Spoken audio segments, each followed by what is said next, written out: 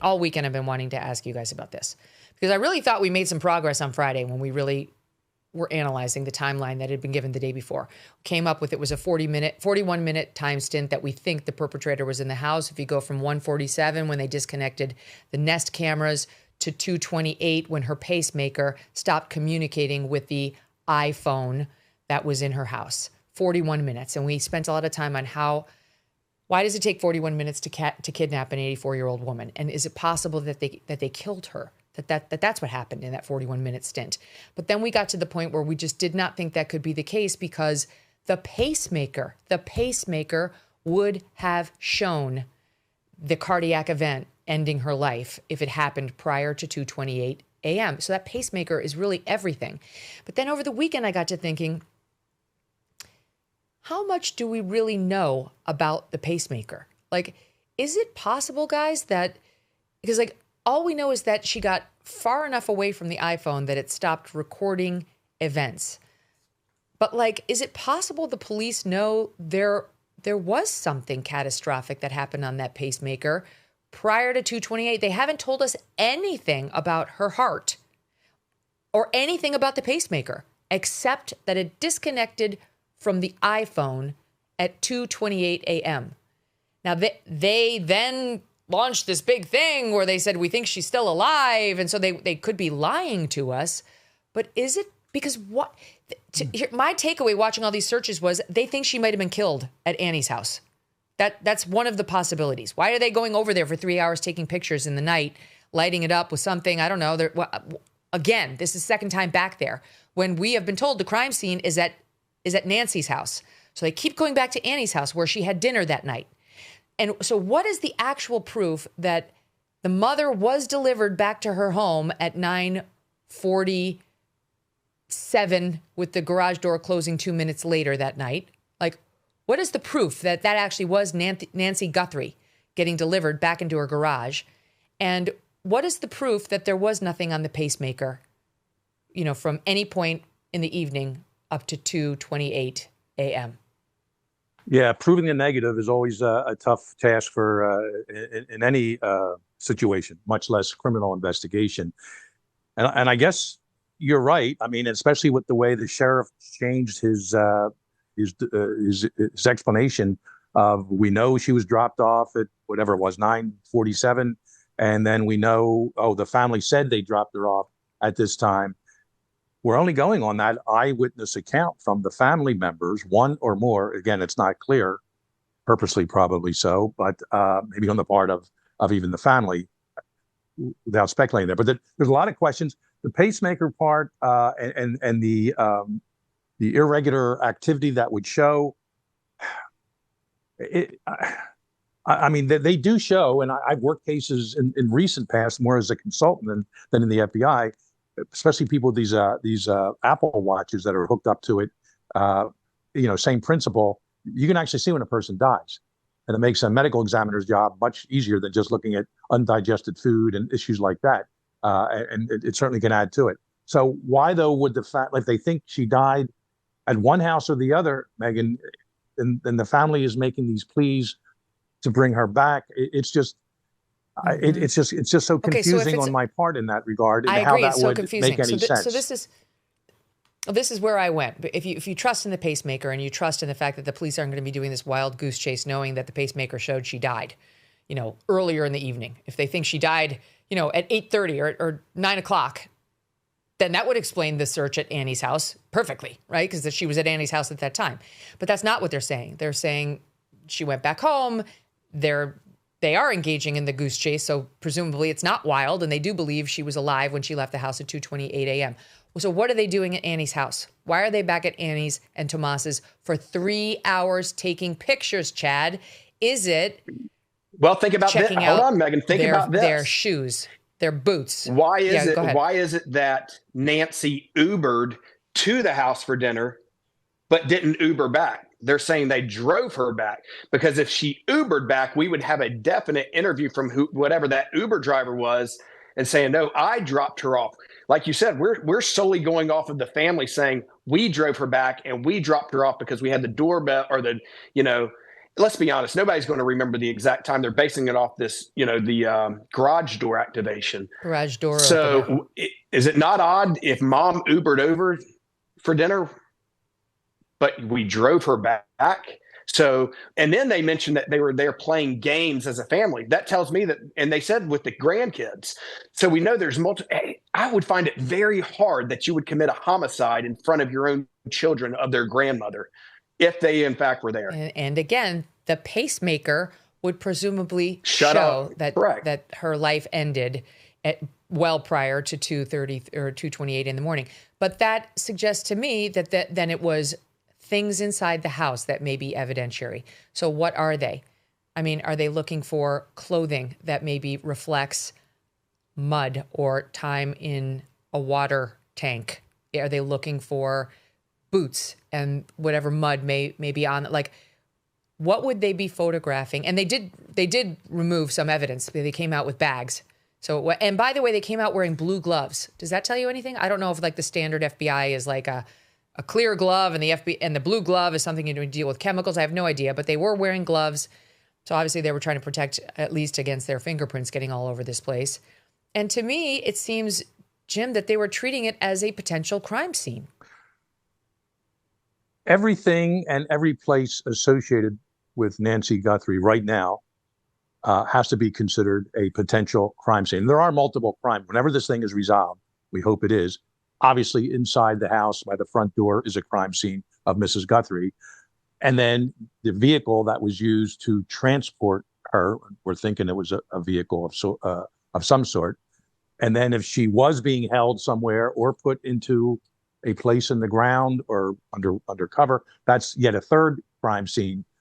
Sometimes people go out and move remains. That could be then a fourth crime scene. So they're going to look at, so now we're not looking outside at this point.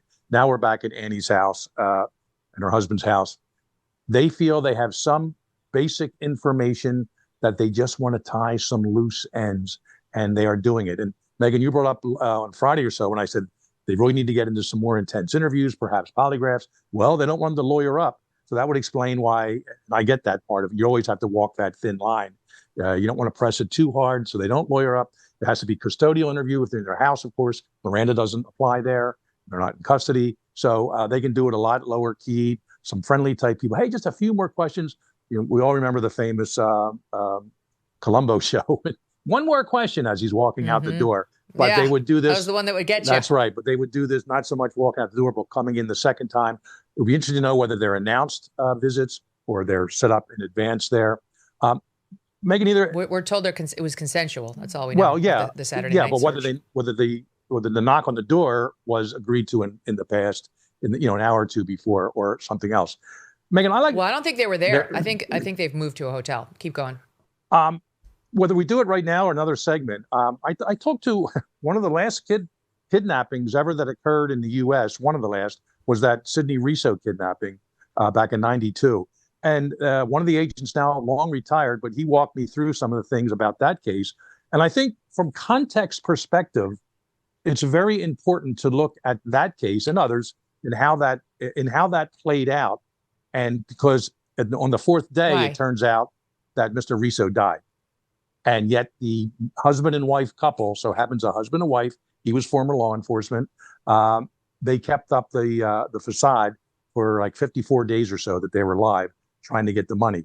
And the amount they wanted, by the way, $6 million today, and where NBC may put some of it up even, not just Savannah. They wanted, those kidnappers wanted, and Exxon was willing to pay $18.5 million back in 1992 for the kidnapping, legitimate kidnapping of their executive, in which on the first day, a letter came in the mail to, I think, the local police with the Exxon credit card of Mr. Riso in there. So those kidnappers really played it that well. His newspaper was delivered every day when people used to get newspapers, but the kidnappers went out that morning and pulled the newspaper down to the bottom of the driveway. Pretty big house, maybe something like where Mrs. Guthrie lived. So he had to walk farther down the driveway to get the newspaper.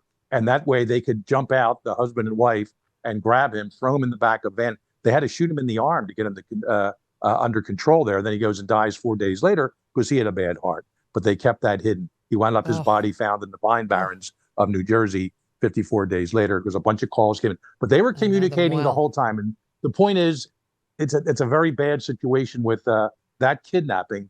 And I hate to use the word legitimate, but it was an actual / legitimate, real for-profit stranger kidnapping. All those qualifiers you have to put in there back in '92, and that's how these guys worked it. A lot of miscommunications between the kidnappers and Exxon, and so who knows what's been missing in this particular case in terms of communications. Technology is a little better now, but that was just one bizarre case. Well, Jim, we were talking about in the first hour, where is the obvious communication about facts only Nancy would know? They haven't done it, and they haven't done it for a reason.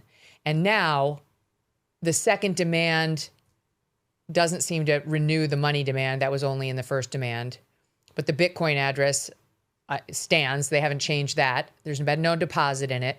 And Jim, you're the linguist. Listen to the Savannah video with the siblings. It's a shift. I mean, they sounded very grim in their first two videos, don't get me wrong, but there's definitely a shift tonally. The first one was like, she's got grandchildren, they cover her in kisses, she's spunky, she's fun, mama, we're looking for you, the whole world is looking for you, mommy. And then this, here it is again. We received your message and we understand. We beg you now to return our mother to us so that we can celebrate with her. This is the only way we will have peace. This is very valuable to us, and we will pay. A lot in there, Jim. You've got so that we can celebrate with her. Also now they're begging. We beg you to return our mother.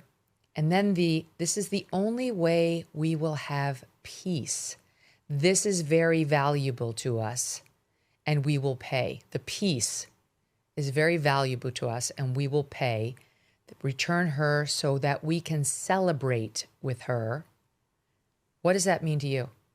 Yeah, there's a lot in there. I much prefer to be analyzing the communications from the alleged kidnappers, but we'll stick with this for now because we don't have any access to that. Yeah, it almost sounds like, and Chad knows this very well because we've both been there. When your investigation of some sort of a missing person, it could even be a boat accident or something. It goes from rescue to recovery. And it almost sounds like the family members have morphed into that category. Why they felt they wanted to put a message out, because they want to celebrate that, and not in the way we look at celebration with a birthday party or surprise party, saying goodbye, perhaps. A celebration of life is a very common term nowadays. Yep. And perhaps that's what they're seeing. Just tell us where she is. We'll pay you this sum, whatever.